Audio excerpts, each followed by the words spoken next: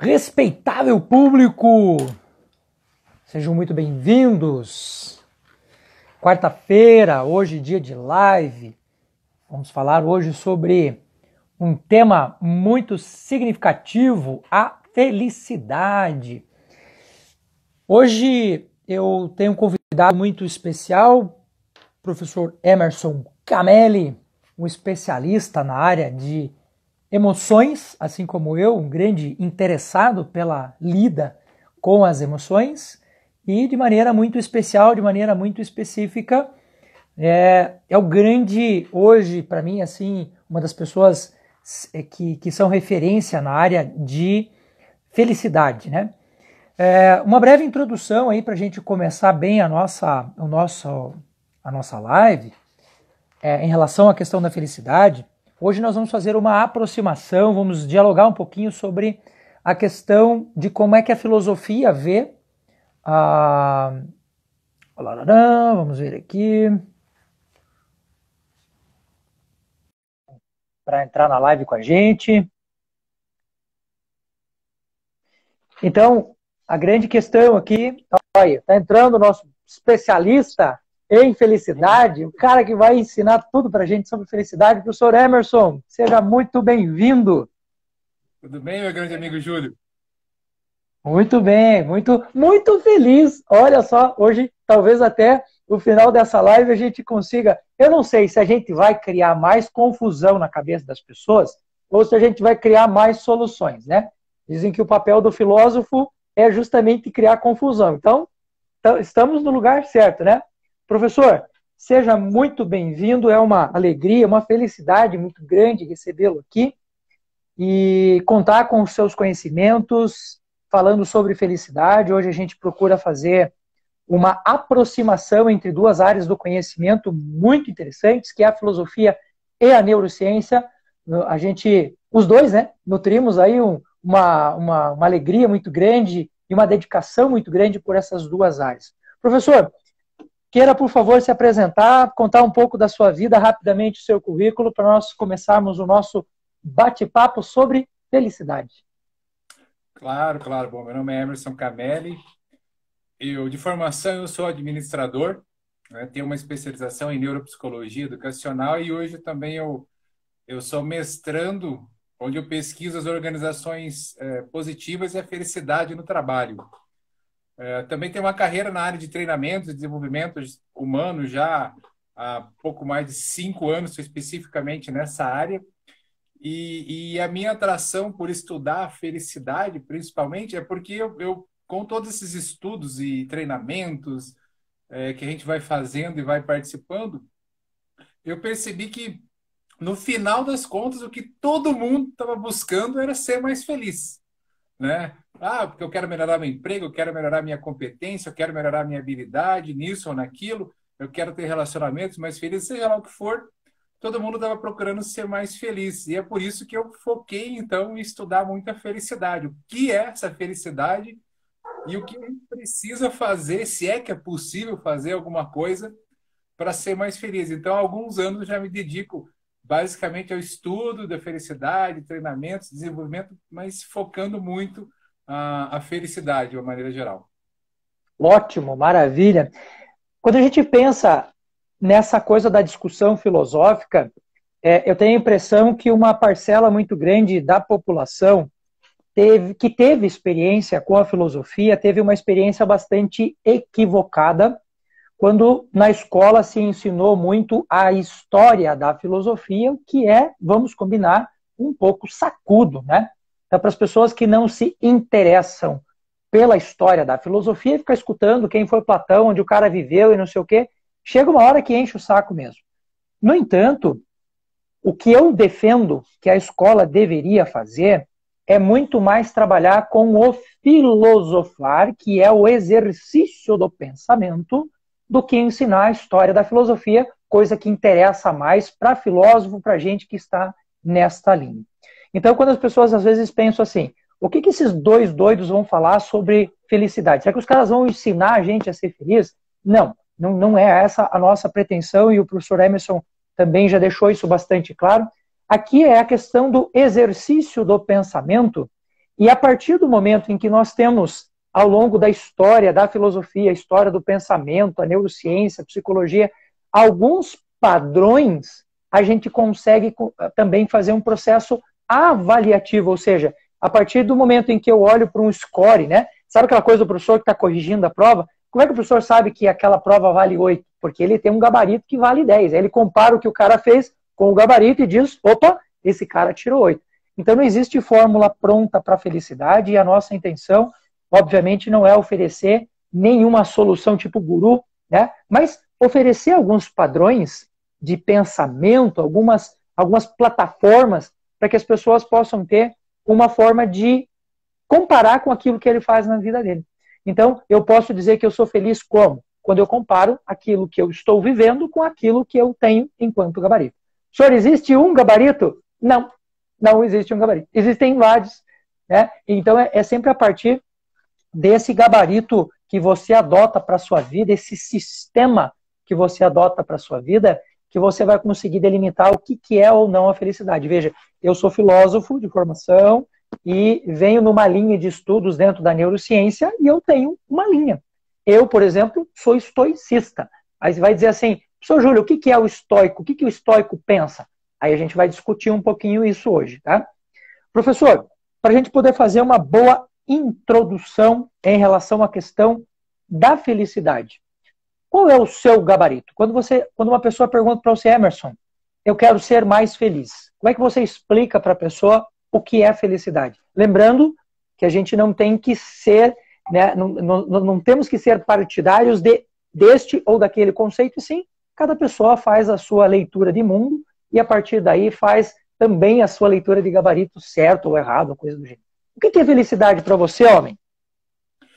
Eu acho que essa pergunta que você fez é a pergunta fundamental, né? Quando a gente pergunta o que é felicidade, talvez teria que ter essa outra pergunta, o que é felicidade para você?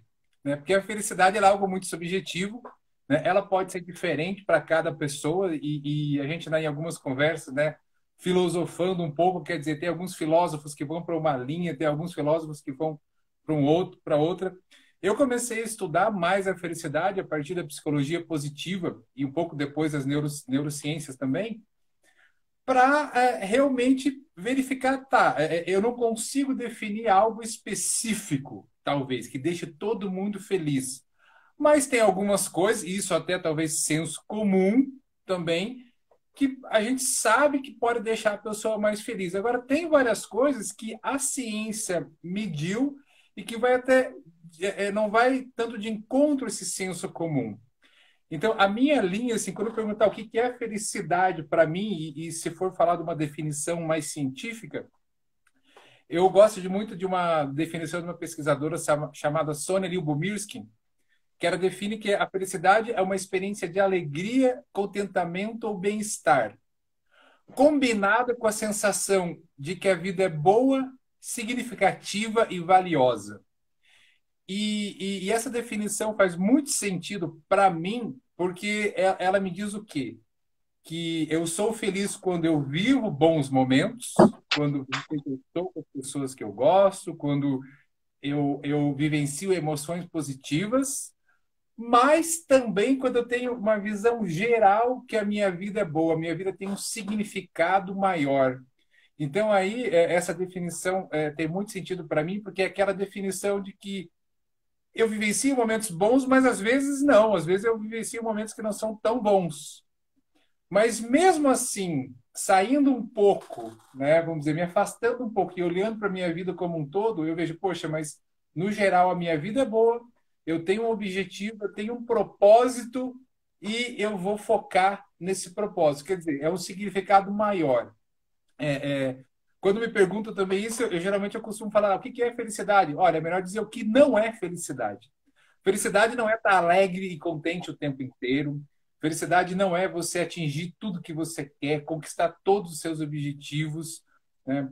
Felicidade não é uma busca desenfreada por status ou por conseguir poder, nada disso. Isso pode, dependendo de algumas situações, fazer parte? Até pode, um pouco, mas não é. Pelo menos para a ciência, né, e a área que eu estudo mais, que é a psicologia positiva, a felicidade é isso, é você viver momentos bons no momento e ter uma visão melhor. E talvez a palavra que mais faz sentido para mim é a questão do propósito, né? Qual é o sentido da minha vida? Isso aí pode vir, de repente, de uma filosofia, pode vir de uma religião, pode vir de algo que você acredita que, né, que a tua vida tem um significado maior, mas isso realmente, essa sensação de propósito é que faz toda a diferença para mim quando a gente fala em felicidade. Olha, às vezes as pessoas, elas dizem assim, eu não gosto de filosofia. Na prática, as pessoas só não sabem que aquilo que elas pensam, muitas vezes, é fruto de um processo cultural que veio de muito tempo, e às vezes até a gente brinca, né, com os alunos assim, mas é porque Aristóteles, Platão, não sei o que, os caras viveram há 3.000 anos e eles estão lá no passado. Você vai ver que muito daquilo que nós pensamos hoje, na verdade, tem a ver com esse processo filosófico, né? A própria ideia de propósito, por exemplo, é uma ideia bastante aristotélica. Veja que coisa interessante. Para a gente ir podendo colocar alguns pingos nos is e as pessoas perceberem que o pensamento é uma construção e que, na verdade, nós nos apropriamos do pensamento de outras pessoas e depois chamamos de nosso, eu acho que é interessante a gente agora ir pontuando assim, e eu quero fazer uma passagem histórica para não ser muito enfadonho demais, né? E a gente começar a olhar também para essa parte fisiológica depois da felicidade. Eu quero fazer uma rápida passagem histórica para a gente perceber isso. Então, assim, a primeira grande questão que tem a ver com essa coisa do propósito tem muito a ver com a filosofia grega. Por quê? Porque até os gregos acreditava-se que o nascimento de uma pessoa e o próprio desenvolvimento dessa pessoa no mundo tinha a ver com um processo teleológico. Então, para quem não conhece a filosofia, para quem não está acostumado com a filosofia, telos significa fim. E fim é uma tradução muito bacana para propósito, ou seja, a partir do momento em que alguém nasceu, esse sujeito nasceu para um propósito. Qual que é a grande diferença do propósito grego para o propósito que nós vivemos hoje, né? Nos gregos, acreditava-se que o indivíduo nascia com o propósito. Então, por exemplo, você vai ter um grande filósofo aí que é Aristóteles e outro que é Platão, e os caras tinham escravo. E Aristóteles é o pai da ética. Aí você fala, caralho, como assim? O cara é o pai da ética e tem escravo? Que história é essa? Cara de doido? Não, é que se você olha para o mundo grego, você vai entender o seguinte. Lá acreditava-se que se o sujeito nasceu escravo, o propósito dele seria ser o melhor escravo do mundo. Né? Inclusive, se você não fosse o melhor escravo do mundo, você estaria colocando o meu próprio propósito em xeque. Por quê? Porque se tudo tem um lugar no mundo e você não faz bem a sua parte, a minha começa a entrar em colapso também. Inclusive, a Platão tem uma frase que eu sempre falo para os alunos, que eles ficam loucos. Assim, eu falo assim, Platão falava o seguinte, não tem como trabalhar e ser filósofo ao mesmo tempo. Então tem que ter alguém que trabalhe por mim para que eu possa ser filósofo. Mas a grande sacada dessa lógica, eu acho que a gente ainda vive a coisa do propósito, tanto que isso fica evidente aí na sua fala, né? A gente tem que ter um propósito, tem que achar... Mas veja, a nossa linha hoje é muito mais existencialista. O que significa ser existencialista? Eu chamo para nossa conversa um camarada chamado Sartre, né? Jean-Paul Sartre, um existencialista top. Ele diz o seguinte, tudo no mundo nasceu antes na cabeça de alguém, portanto, nasceu em essência para depois virar existência. Então, o meu copo, eu tive que ter a necessidade de ter o copo, fui lá e inventei o copo. Aí alguém teve necessidade de se comunicar, inventou o celular. No caso dos seres humanos, não funciona assim. Por que não? Porque nós precisamos existir primeiro para descobrir a nossa essência depois. Por isso, esse senso de propósito hoje, na linha que nós usamos, e a própria filosofia e a psicologia positiva vão muito por essa linha, a gente está olhando para essa ideia do propósito como algo que eu estou lapidando, buscando, e às vezes aquilo que eu estou buscando não é o que eu quero, e aí eu mudo de rumo. Veja, quantas mudanças você fez na sua vida em termos de profissão, né? Em termos de objetivos, em termos de meta. Lá nos gregos isso não seria possível. Por isso, esse senso de propósito para a gente hoje ele está muito mais evoluído, porque o ser humano precisa existir primeiro para descobrir a sua essência depois, né? Uma outra coisa interessante sobre essa coisa do finalismo, e que talvez você vai saber me explicar um pouco melhor, sendo você um especialista em felicidade, é que para os gregos clássicos, todos eles, desde Tales, Demócrito, Platão, Aristóteles, depois Plotino, Epicuro, essa turma toda aí, a felicidade, ela é muito mundana. Tanto que todos eles vão relacionar a ideia de felicidade com prazer corporal. O que muda é a forma de você olhar para isso. Por exemplo, você vai pegar Tales de Mileto, que é um dos pais da filosofia, ele vai dizer assim, ó, felicidade é não ter dor nenhuma. É estar forte, é estar bem, é estar desenvolvido. Opa, olha que interessante esse gabarito que eu tenho de felicidade. Às vezes, você está na sua casa sem dor nenhuma, sem problema nenhum, e olha para o teto e fala, oh vida, oh céus, e sem se dar conta você pode estar sendo muito feliz pelo conceito de Tales de Mileto. Se você for pegar os epicuristas, e aí eu gosto muito do epicurismo, talvez a gente até se detenha um pouco nisso, os epicuristas eles vão dizer o seguinte, felicidade é bastar-se a si próprio. Eu adoto essa filosofia para a minha vida e para o meu sistema de trabalho, por quê?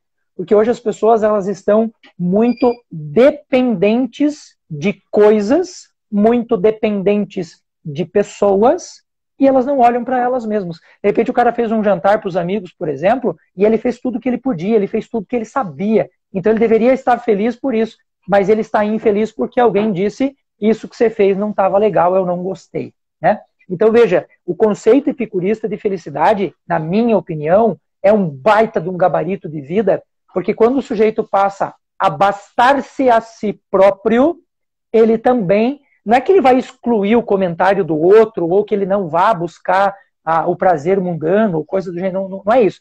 Mas é o sujeito por ele mesmo num processo de autodesenvolvimento. Né? Eu gosto de uma figura, né? uma forma da gente entender essa questão da felicidade, quando, por exemplo, você vai olhar para a questão da pirâmide do conhecimento. Quanto mais você estuda, mais você se distancia da base onde está a maioria e, portanto, menos pessoas você tem para conversar. Se você chegar no topo dessa pirâmide, estiver sozinho, sem ninguém para conversar, e você não aprendeu a bastar-se a si próprio, meu amigo, se lascou, porque você não vai ser feliz nunca, né? Então, nesse princípio da felicidade, como é que você enxerga essa questão hoje da felicidade em relação ao mundo ou da felicidade em relação a você mesmo, né? Nessa conceituação hoje da filosofia positiva, né? Principalmente esse jeito Harvard de ser. O que é a felicidade para os caras? E como é que você sabe que você atingiu a felicidade, por exemplo? Tá. Eu acho, bom, em primeiro lugar, isso que esse último ponto que você falou, como é que você sabe que você atingiu, né, a felicidade? E é muito importante, eu acho que a gente, pelo menos, né, da minha visão, a gente entender que, assim, você nunca vai atingir a felicidade, né? A felicidade, ela não é o lugar que você chega lá, bom, eu vou escalar o Everest, quando eu escalar o Everest eu vou ser feliz. E aí provavelmente você vai escalar o Everest, vai chegar lá em cima e vai descer e falar, putz, mas e agora, né? Eu achei que eu ia ser feliz, eu escalei e agora? Não estou tão feliz. Né? Lá eu estava, mas agora eu não estou mais. Então, a felicidade, né, fazendo essa analogia, é você ser feliz enquanto está escalando. Quando chegar lá também, ser feliz. E o caminho de volta dessa escalada também. Então, a felicidade, né? Qual que é o caminho para a felicidade? A felicidade é o próprio caminho. Eu gosto muito de estudar isso e praticar, porque durante grande parte da minha vida eu fiquei, como todo mundo, procurando ser feliz. Então, eu fazia o que as pessoas fazem. Sei lá, eu gostava de ir em festas, eu gostava de estar com meus amigos, eu gostava de fazer as coisas que eram boas e as coisas que não eram boas eu separava. Então, aquela felicidade mais mundana, né? Aquela felicidade que você conhece, né, muito bem, você tem aquela felicidade mais hedônica, né? De viver o prazer do momento, etc. E isso era muito bom. Então, por exemplo, eu sempre gostei muito de dançar, fiz dança de salão por um bom tempo, e era ótimo fazer dança de salão, porque você reunia várias pessoas, vários amigos, e saía sempre para dançar. Era maravilhoso. Só que no momento que eu não podia ficar 24 horas por dia lá na dança de salão, né? Ou em algum lugar dançando. Quando eu saía de lá, eu me sentia meio vazio, então eu tinha que estar lá. E eu, então, fui percebendo que somente essa sensação boa de prazer e tal não era o suficiente para ser mais feliz. Tinha que ter um algo maior, né? Então, você precisa também ter isso, ter essa questão mais mundana, mas eu percebi que ainda precisava de muitas, vamos dizer, eu precisava muito do outro, talvez da aprovação do outro. E aí vem o segundo ponto que você falou, que eu também chamo de a noção de você ter de protagonismo, de você ser o protagonista da sua vida, no sentido de que, né, do eu me bastar, como você falou, não é você não precisar mais de ninguém. Mas é você começar a olhar mais para você, assim, entender o que que eu gosto, o que que eu não gosto, quais são as minhas forças, quais são as minhas fraquezas. Principalmente em questão de relacionamentos, e eu digo até relacionamento amoroso. Eu vejo que muitas pessoas, e eu fui uma dessas pessoas, muitas vezes procuram a sua felicidade no outro. Ah, porque quando eu tiver um relacionamento assim, eu vou ser feliz. Quando eu encontrar a pessoa certa na minha vida, eu vou ser feliz. E você fica procurando, procurando, procurando, e muitas vezes não acha. Por quê? Porque você está procurando algo no outro, você nunca vai achar no outro, isso está em você.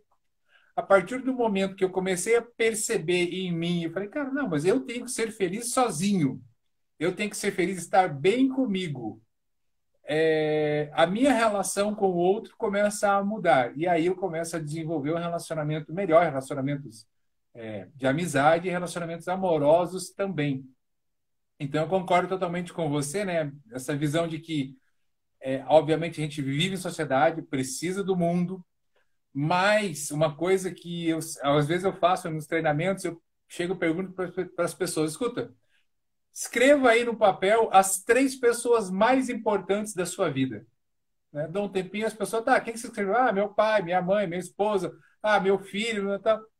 Quem aqui escreveu você? As pessoas se olham, assim, muito poucas pessoas. E você é a pessoa mais importante da sua vida. Sem você não existe seu cônjuge, não existe seus filhos, não existe seus pais. Isso não quer dizer que você tem que ser egoísta, não é isso. Mas você tem que se conhecer, você tem que gostar de e ser uma pessoa melhor. Porque assim você pode ajudar, né, as pessoas que você gosta. E as pessoas ainda não perceberam isso, que elas têm que começar a olhar mais para si, olhar mais para dentro, se entender melhor, para depois começar a olhar mais para fora, né?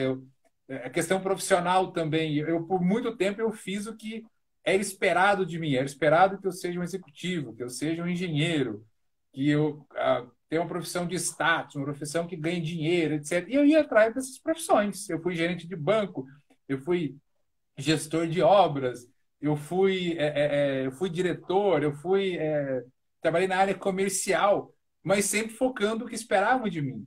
A partir do momento que eu parei de olhar um pouco para fora, o que que a sociedade espera de mim, comecei a olhar para dentro, não, o que que eu espero de mim, tá? O que que eu sinto que eu posso contribuir da melhor maneira.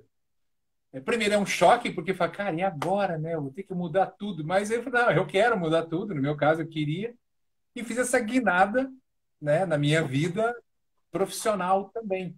Então, isso, claro, não foi de uma hora para outra, mas é o momento que você realmente percebe, olha, eu quero ser o protagonista da minha vida. Eu não quero simplesmente deixar a vida me levar, vida leva eu. Essa música é bem legal para a gente dançar, mas eu acho que não é legal para a gente viver. Olha que massa. Pessoal que está assistindo a gente, o que vocês tiverem de dúvidas, perguntas, colocações, por favor, fiquem à vontade. Essa ideia da participação, ela gera massa crítica, até para a gente tomar alguns caminhos que nem estavam previstos. Eu quero ler aqui um recado interessante que me chamou muita atenção, da Juscelina. Ela está dizendo assim, ó, boa noite, muito interessante o tema. Espero que fique gravado, porque eu moro na Noruega e aqui é muito tarde, então eu vou ver isso amanhã. Então, a gente nem imagina aonde que as palavras da gente estejam chegando muitas vezes, né? Bom, você Verdade. falou de alguns conceitos, pode falar.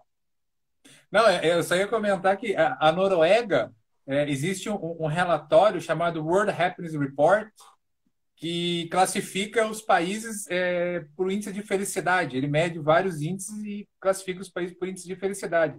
E a Noruega e os países nórdicos estão entre os 5 primeiros mais felizes. A Finlândia é considerado o país mais feliz do mundo, né? A Suécia está entre eles e a Noruega está lá também entre os países mais felizes do mundo. Então, né, vamos ver o que né, essa moça que está vendo, a gente vai ver a gente amanhã, talvez nem acha disso, mas a Noruega é um dos países mais felizes do mundo.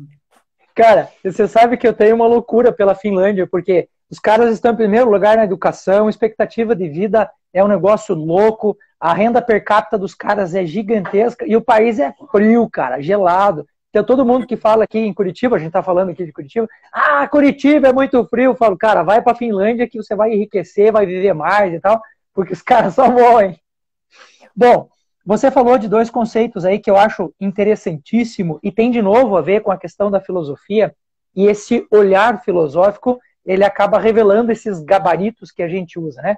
Bom, a conceituação sua, ela é epicurista, assim, até o talo, né, cara? O epicurismo, ele vem com bastante força aí nessa conceituação do bastar-se a si próprio, ao olhar para si mesmo, construir-se enquanto ser, para depois você ser feliz no mundo e assim por diante, né? E os 2 conceitos que eu vejo aí são o conceito hedonista e o conceito cristão. Veja, não estou defendendo religião aqui, a gente está fazendo uso da ideia, da filosofia que está por trás. E o conceito hedonista, o hedonismo, ele surge mais ou menos ali nos contemporâneos, né, de Platão, Aristóteles, aquela turma toda. E o cara que funda o hedonismo é um cara chamado Aristipo de Cirene. E esse cara, quando ele vai falar do Éden, veja que quando a gente vai fazer essa referência do que é hedonismo, né, vem de Éden, vem de paraíso, vem de lugar perfeito. Geralmente as pessoas pensam no hedonismo como nós o vemos hoje. Hedonista é o cara que persegue o prazer, é o cara que vive atrás do prazer e tal. E o hedonismo, quando surgiu nesta época, ele não está pensado dessa forma. O que os caras do hedonismo vão falar? Eles vão dizer, por exemplo, assim, ó, existe inclusive uma frase interessante, né, dos filósofos dessa época que eles colocam da seguinte maneira: viver com prazer significa ter prazer sempre. Portanto, tudo aquilo que você experimentar de prazer, que está além das suas possibilidades, vai trazer para você a desgraça. Aí você vai falar, mas como assim, professor? Explico usando o próprio exemplo que os hedonistas nos dão. Eles dizem assim, ó, se todo dia você come pão seco e você aprende a ser feliz comendo pão seco, coma pão seco pro resto da vida e seja feliz comendo pão seco. Se uma vez você tem a experiência de experimentar um pão com molho, nunca mais você vai querer comer pão seco. Aí a grande pergunta dos hedonistas é a seguinte: se você tem condições de comer pão com molho pro resto da vida, cai de pau no negócio, porque, cara, é um prazer bem maior do que o prazer que você viveu antes. Agora, se uma única vez você fez essa experimentação, mas não consegue sustentar, você vai passar o resto da vida pensando naquela única experiência que você teve. E isso tem muito a ver, eu acho, com alguns princípios que acontecem na nossa vida, e eu tenho acompanhado muitas pessoas, principalmente agora, nesse momento de pandemia, em que muita gente está perdendo coisas, né? Perdendo, às vezes, um emprego, às vezes um carro, uma moto, não sei o que e tal. E ele torna o condicionamento da sua felicidade atrelado àquilo que ele tem. E o sujeito não consegue mais extrair felicidade de sentar num gramado e olhar um pôr do sol, porque ele está condicionando isso a voltar para casa no seu carrão. Ele está condicionando isso a comprar caviar todo dia pela manhã. Então os hedonistas, eles são muito claros nesse sentido, quando eles dizem assim, sim, nós temos que viver com prazer, mas é o prazer mínimo, não é o hedonismo de hoje, que é a busca desenfreada pelo prazer, né? Esse contínuo que as pessoas têm de condicionar a sua vida a coisas. O segundo conceito que eu ouvi você falar, de maneira implícita, é o próprio conceito cristão, porque quando você vai pegar todos os gregos até Jesus Cristo, você vai dizer, o cara está confundindo Jesus, filósofo. Não, Jesus foi um baita filósofo. E o cara teve uma participação filosófica no pensamento importantíssima, importantíssima. Até Jesus Cristo, todos os filósofos eram egoístas. Explico. Você vai pegar lá, por exemplo, a ideia platônica de amor, de felicidade, ele vai dizer assim, ó, ele vai dizer assim, lembra daquela coisa que a gente sempre usa? Minha alma gêmea, a minha tampa da panela, aquela coisa toda, ele vai dizer assim, isso aí está totalmente errado. Por quê? Porque quando eu digo que eu vou encontrar a minha meia metade, eu estou assumindo a posição de que eu sou incompleto, de que eu sou imperfeito e eu tenho que possuir você para você fazer parte da minha felicidade. E a conceituação que o próprio Platão dá para isso, que ele faz essa contraposição, ele vai dizer o seguinte, ele vai chamar o seu amor de amor eros, né? Essa felicidade eros, que vai dar origem à palavra erótico. O eros é você conseguir satisfazer o seu desejo. E o próprio Platão vai dizer, toda vez que você satisfaz o seu desejo por uma coisa, ele passa a ser desejo por outra, por outra, por outra. Por isso que o amor platônico ele não se resume a nada. E o Platão vai dizer assim, a busca pela felicidade é a busca pela completude. Como ela não pode ser atingida, você não é feliz nunca. Mas ele é uma felicidade muito egoísta. O Aristóteles, que é aluno de Platão, ele vai chamar essa sua forma de ver a felicidade como ágape. E ágape, aliás, ele vai chamar isso de amor de amigo, né? Ele vai dizer assim, ó, eu preciso me alegrar com aquilo que eu já tenho. Mas pense, na frase, eu preciso me alegrar com o que eu já tenho, é egoísta de novo. Aí aparece um camaradinho, um tal de Jesus Cristo na parada e diz o seguinte, não. Ser feliz é fazer o outro feliz. Você vê que essa filosofia ela tem uma inversão muito grande. Então, eu vejo essa influência cristã, mesmo que você não seja cristão, que você não acredite em Cristo, não importa. A gente está olhando agora para a questão filosófica. Mas eu vejo muitas pessoas vivendo e vivenciando as suas vidas nessa busca por fazer o outro feliz e usando sempre o outro como uma espécie de espelho, né? E aí eu quero chamar você para uma discussão muito legal. Porque o Facebook, o Instagram, as redes sociais são um espelho desgraçado dessa felicidade. Por quê? Porque as pessoas elas começam a se espelhar naquilo que o outro está fazendo e o que você coloca no Facebook? Você coloca o quê? Que você está fazendo só as coisas legais. Então é uma espécie de espelho narcisista das pessoas, né?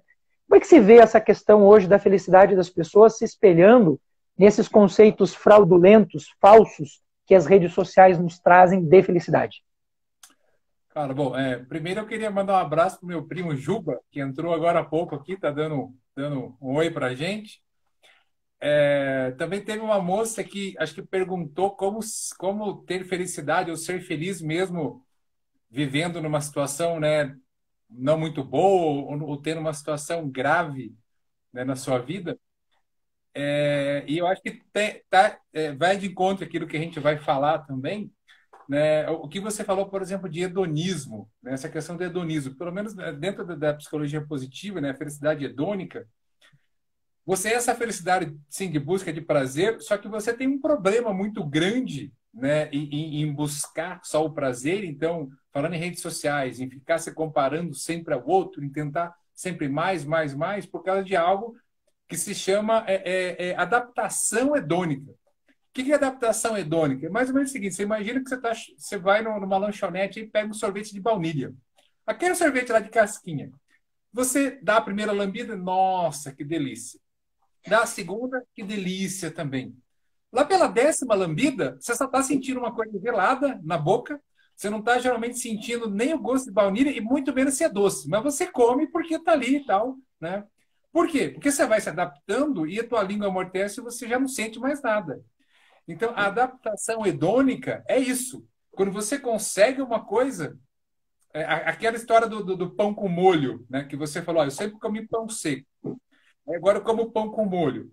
Tá, eu comi pão com molho. Né? Ah, gostou do pão com molho, mas chega um momento que eu acostumo com o pão com molho. Agora eu quero pão com molho e salame.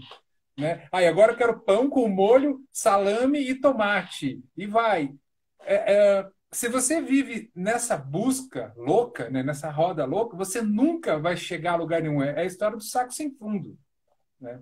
Então, por isso que você pode sim, e você deve até ir atrás das coisas boas, ir atrás do prazer, ter uma boa alimentação, ter coisas boas para você, mas é importante você ter essa outra noção maior, né, do propósito e significado. E essa noção maior entra também a noção do próximo. Então, a maior pesquisa sobre bem-estar e felicidade, uma das maiores que já existiu até hoje, e que dura assim várias gerações, sabe? Ela já trocou por 4 vezes de coordenadores, porque ela começou, se eu não me engano, na década de 30, e ela pegou um grupo de pessoas jovens e foi estudando essas pessoas a vida inteira para verificar o que tornava a vida boa, né? O que trazia mais satisfação. Várias descobertas foram feitas, mas aquilo que tornava a pessoa mais feliz e que dava mais satisfação eram as boas relações que a pessoa tinha. Se ela tinha uma boa relação conjugal, se ela tinha boa relação com os filhos, se ela tinha um bom convívio social. Então, quer dizer, essa preocupação e esse convívio com o outro. Aí talvez quem está ouvindo pode pensar, poxa, mas é um paradoxo, talvez, né? Poxa, eu tenho que me preocupar comigo, ou eu tenho que me preocupar com o outro. Não, você tem que se preocupar com você para você se conhecer e estar bem, e para ajudar o outro, né? Um outro fator muito importante nas pesquisas sobre felicidade é que as pessoas que procuram doar, e doar pode ser o dinheiro, pode ser o seu tempo, pode ser enfim, qualquer coisa que você tenha, a pessoa automaticamente se sente mais feliz, né? E isso também entra na gratidão, né? Tem até um exercício que eu faço, né, em muitos treinamentos assim, né, sobre gratidão, que para a pessoa expressar a gratidão por outra pessoa, né? Então pense em alguém que você é grato, né? E expresse gratidão por ela. Isso tem o seguinte efeito: quando você expressa gratidão, você se sente mais feliz. Aí a pessoa que recebe se sente feliz também. Você percebe que ela está feliz, aí você se sente feliz por ela estar feliz. E ela percebe que você ficou mais feliz. Então isso vira um ciclo que tem uma pesquisa que essa sensação boa da gratidão, ela chega a durar até mais de 2 semanas, sabe, na pessoa. E isso reverbera de uma maneira, sempre que ela lembra daquilo, ela tem aquela emoção positiva novamente. Então, e aí, né, voltando à questão de Facebook, Instagram, etc., é bem isso que você falou. Ali a pessoa se mostra no melhor. Aqui, né, pô, então, né, pô, vou fazer a live com o Júlio hoje, pô, vou tomar um banho e tal. Maquiagem a gente não faz, mas se precisasse fazer, a gente faria. Vou colocar, né, uma camisa, até agora estou em casa mesmo, estava ali de moletom, né, vou aparecer aqui, não vou aparecer de moletom, vou pelo menos fazer a barba e tal, né? Tentando mostrar o melhor. Pode ser que esse melhor não seja muita coisa, mas é o nosso melhor, né? É o nosso melhor. Só que tem todo o resto. Todo mundo, né, tem problemas, todo mundo tem situações difíceis, então o grande segredo, talvez, de ser feliz apesar das situações difíceis é você entender que tudo passa e que, sim, todas as pessoas têm momentos difíceis na sua vida. Todas as pessoas vão ter esses momentos. Geralmente é mais feliz quem consegue entender melhor esses momentos, aceitá-los, talvez, mudar aqueles que podem ser mudados, aceitar os que não podem, né, e seguir em frente. Você veja que coisa interessante. Você vai falando, e eu, como professor de filosofia, inevitavelmente vou compondo aqui esse histórico todo da filosofia e como é que a gente vai construindo toda essa lógica de pensamento, né? Existe um filósofo, um cara chamado Søren Kierkegaard. Nossa, que nome, hein? Kierkegaard, ele é dos Países Baixos ali, e ele é o grande cara que vai cunhar, por exemplo, dentro da filosofia, o conceito de angústia. E por que ele é considerado um pessimista, né? Como Schopenhauer e outros caras? Porque o Kierkegaard, ele vai dizer assim, o ser humano é o único ser que quando levanta pela manhã tem que escolher entre uma série de alternativas. Ele escolhe entre comer isso, comer aquele outro, e ao fazer essa escolha, automaticamente ele estará excluindo as demais, porque elas não cabem todas no mesmo espaço. Então, eu tenho A, B, C e D. Eu escolhi A. Estou bem. A contém chance de sucesso, chance de insucesso. B contém chance de sucesso, chance de insucesso. E por que o ser humano é um ser que vive sob a tensão da angústia o tempo todo? Porque quando ele escolhe A, ele vai vivenciar as duas coisas. Ele vai vivenciar o sucesso e o insucesso. E às vezes ele vai dar com os burros na água, ele vai dar com a cara na porta. E ao fazer isso, o que ele vai pensar? que as outras alternativas poderiam ser melhor. Só que ele não foca nas alternativas como tendo esses dois lados. Ele vai dizer assim, não, se eu tivesse escolhido B, a minha vida teria sido muito melhor por causa disso. Cara, podia ter sido muito pior. Muito pior. E aí ele vai dizer que a felicidade, por exemplo, é impossível. Porque não tem como ser feliz. É irrealizável. É impossível que alguém seja realmente feliz. E é por isso que, naturalmente, ele é considerado um filósofo pessimista. Talvez não, Kierkegaard não seja um cara tão conhecido, mas existe um outro cara que é muito conhecido, que é o Kant, Immanuel Kant. Nós devemos a ele toda a base que nós temos hoje, por exemplo, das leis do nosso país, né? Muita gente, quando estuda o direito, o cara está lá extenuantemente estudando direito, nem faz ideia de que aquilo foi pensado por um cara do século XIX ali, né? O nosso querido Kant. Por que o Kant ele entra nessa jogada? Ele só não é considerado exatamente um pessimista, nesse sentido de não existir a felicidade. Mas ele tem uma lógica de pensamento que eu acho o cara um tesão, um negócio muito bacana. Kant é o seguinte, vamos imaginar as filosofias todas, né? Uma filosofia foca no indivíduo, a outra filosofia foca no resultado. Então, como é que eu sei que eu sou feliz para um utilitarista? É quando aquilo que eu fiz me trouxe felicidade, me trouxe um maior grau de felicidade. Como é que eu sei que um pragmatista é feliz? Na conceituação pragmatista, se eu atingir o meu fim, então eu cheguei aonde eu queria. Kant ele vai dizer o seguinte, uma sociedade não pode ser organizada nem em torno do que o indivíduo busca, nem em torno do que uma sociedade busca, e sim de um fim que seja universal para todo mundo. Professor Júlio, pelo amor de Deus, não complique as coisas, explique. Lá vamos nós na explicação. Kant vai dizer, nós temos que encontrar uma norma que sirva para todo mundo. Como nem todo mundo consegue ser feliz, a felicidade não pode ser usada como meio para a gente organizar uma sociedade. Eu não posso buscar a felicidade das pessoas, eu preciso buscar um conceito de comportamento que vale para todo mundo. Então, um exemplo da vida prática dada pelo próprio Kant, ele diz o seguinte, imagine que você vai num banco e você empresta dinheiro. Qual que é a lei universal que está por trás disso? Emprestar dinheiro é igual a acreditar que você vai me devolver o dinheiro. Então, se todo mundo que empresta dinheiro devolve o dinheiro, banco existe, banco empresta o dinheiro.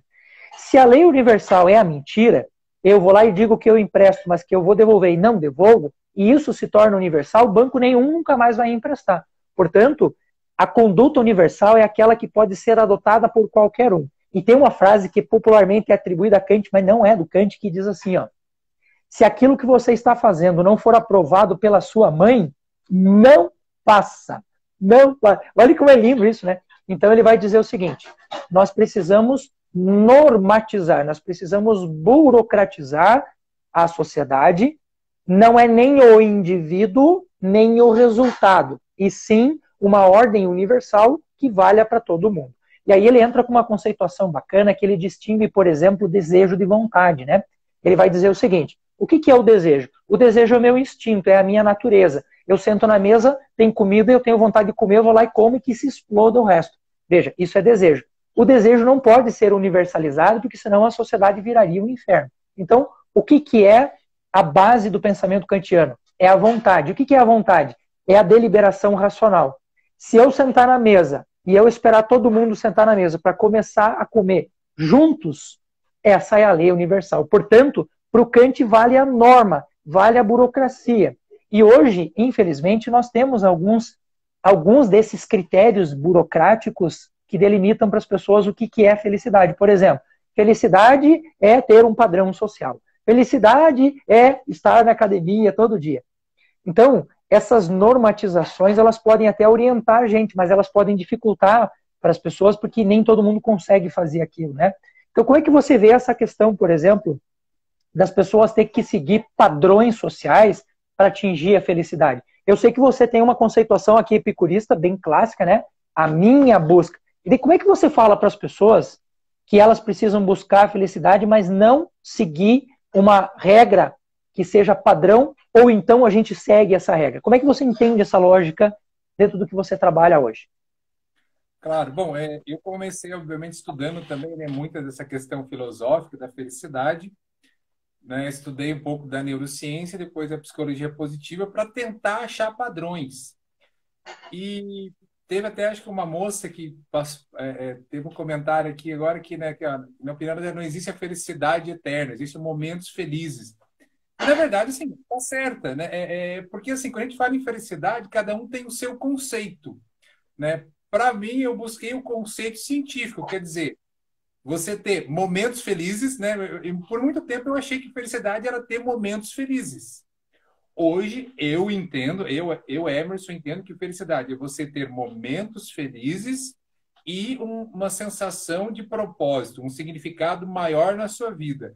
Quando você tem esses dois juntos, tá? Aí eu percebo, é o que as pesquisas dizem, né? Os meus estudos dizem, e que eu percebi na minha vida, é que eu tenho uma felicidade platô, sabe? E Uhum. muitas vezes eu paro assim e, cara, mas por que que eu tô tão feliz? Eu não tô fazendo nada, eu tô parado aqui assim e começo a dar risada.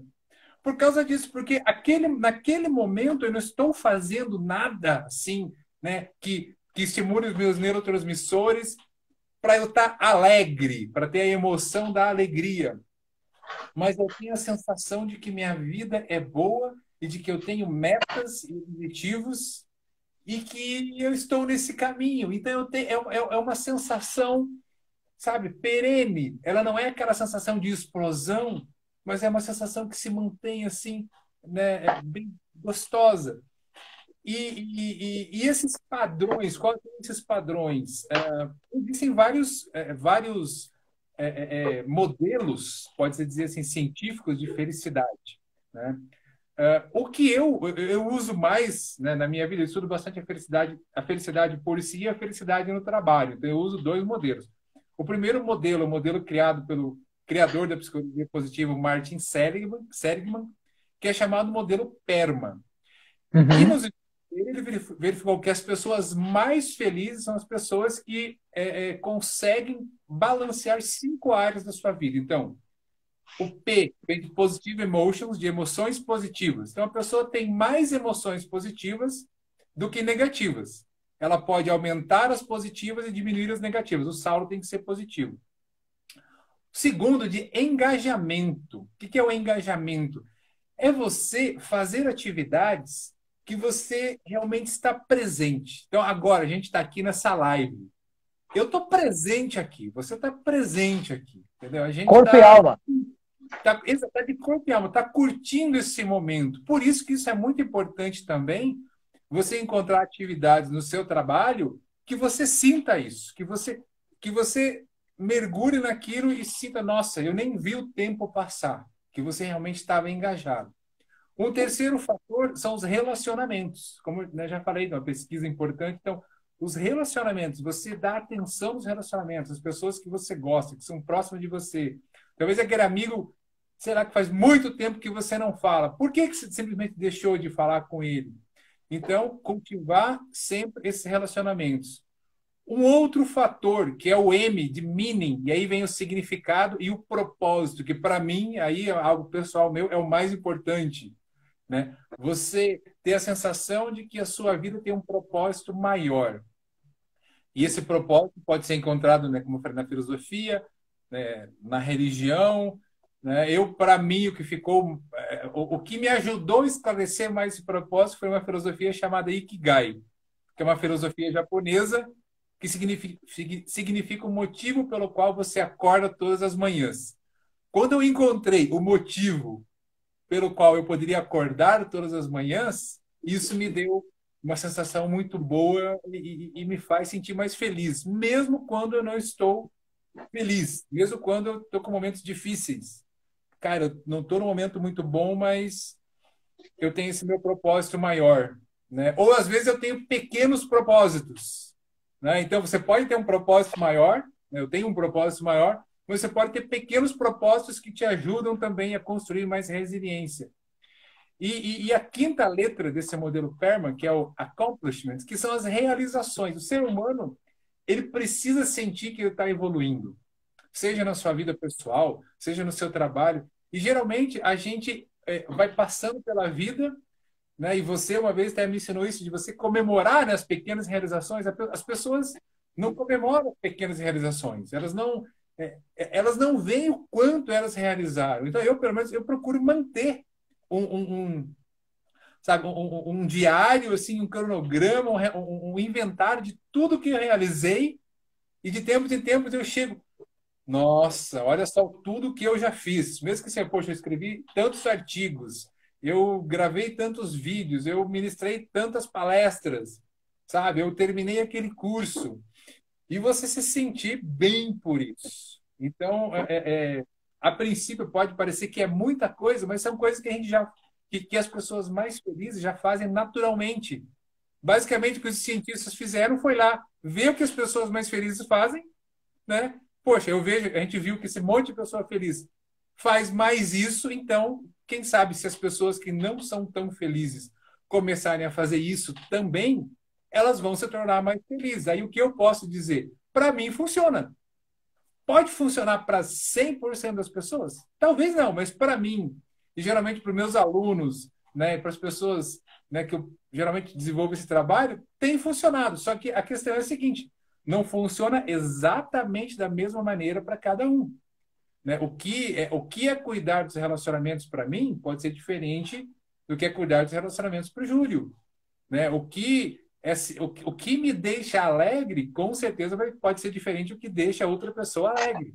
Então, por isso que você tem alguns modelos, você pode ter, né, alguns padrões, mas cada um tem que procurar dentro desses modelos aquilo que faz mais sentido para si. Cara, eu me lembrei de uma cena da minha vida. Eu entrei na sala de aula uma vez para dar uma aula de filosofia e um aluno me olhou e falou assim: "Ai, professor, é tão chato estudar." E eu olhei para ele com todo o carinho do mundo e com aquele carinho grosseiro, aquele tapinha de luva, eu disse para ele: "Chato, parceiro, é ser ignorante. Estudar não é ruim, não é chato. Chato é ser ignorante." Olha que coisa linda que a gente está construindo hoje aqui numa live de 45 minutos, 50 minutos, falando sobre felicidade e trazendo esses modelos sem impor nada a ninguém, mas possibilitando que o indivíduo consiga olhar para esses modelos e, putz, cara, eu acho que isso aqui faz sentido para mim, aquilo faz sentido para o outro. Eu acho que o grande ganho de uma discussão, de um diálogo como esse que nós estamos fazendo hoje, é justamente acrescentar para as pessoas essa necessidade do aprofundamento e não ficar no raso, não ficar naquela extensão mínima, né? Sendo muitas vezes conduzido pelos outros como um rebanho e tendo você o seu próprio posicionamento. E a única forma possível e plausível de você conseguir se posicionar é se conhecer, é se aprofundar, é ir para a literatura e cair de cabeça no livro.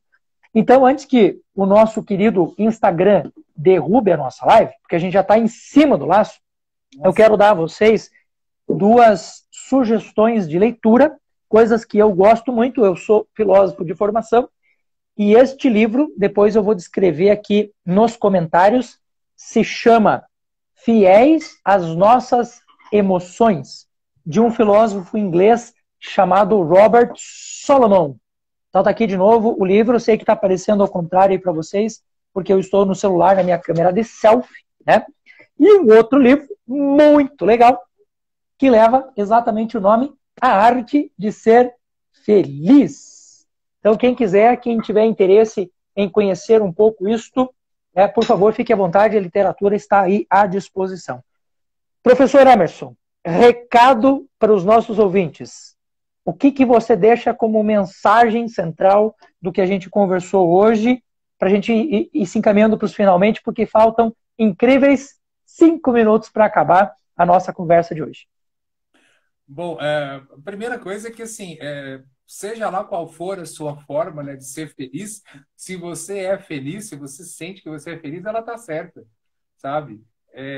Não, mas eu acho que não existe a felicidade. Você é feliz assim? Tá tudo bem. Né? O que a ciência tenta fazer, como você falou, é achar alguns padrões. Então, por exemplo, segundo a ciência, quem é casado é mais feliz do que quem é solteiro. E daí na pesquisa diz o quê? 55% das pessoas, né, que são casadas são mais felizes, os outros 45% solteiros não são. Quer dizer o quê? Que todo mundo que é casado é feliz? Não. Que todo mundo que é solteiro é menos feliz? Não. né? Então, assim, a gente tem alguns padrões, mas o importante é o que você faz para você. E eu acho que é importante sim, você entender, você buscar e se conhecer mais para você saber esses padrões. E aqui, de maneira nenhuma, eu quero ser grosseiro, não é essa a intenção, mas tem uma frase daquele autor Abu Janra, esqueci o primeiro nome, autor não, aquele ator já faleceu, Uhum, uhum. fantástica. Ele fala assim: a vida é sua, estrague-a como quiser. Então, quer dizer, se você é feliz da maneira que é, não precisa seguir padrões. E eu quero deixar um convite aqui, a partir da próxima segunda-feira, dia 20, no meu canal do YouTube, sempre às 17 horas, eu vou estar fazendo uma live, que vai ser, na verdade, uma aula, tá? De um treinamento que eu tinha presencial e agora vai ser online, que se chama Happiness Way. Tá? Então, Happiness Way, né, que seria a felicidade é o caminho, não é o caminho da felicidade. A felicidade é o caminho. Lá eu vou estar falando com mais detalhes, muita coisa do que a gente falou aqui. Quem quiser, é só me seguir, né, no meu canal no YouTube, Emerson Camelli com K, 2 Ls, né? Eu mando um direct aqui e depois eu passo o canal lá e vai saber um pouco mais da ciência da felicidade. Show de bola! Você me fez mais feliz hoje. Na conceituação aristotélica de felicidade, quando você percebe que a sua vida deveria durar, aquele instante de vida deveria durar um pouquinho mais, você soube que aquele instante de vida te fez feliz e fez valer a pena. Nas palavras do próprio filósofo Aristóteles, eu deixo aqui a minha intenção de que a gente tenha conseguido atingir tão nobre objetivo na nossa live de hoje, tornar as pessoas um pouco mais felizes. Eu também tenho um canal no YouTube, para quem ainda não conhece, chama Ciência da Emoção. Quem quiser depois dar uma olhadinha lá, fique muito à vontade. Professor, muitíssimo obrigado pela sua participação.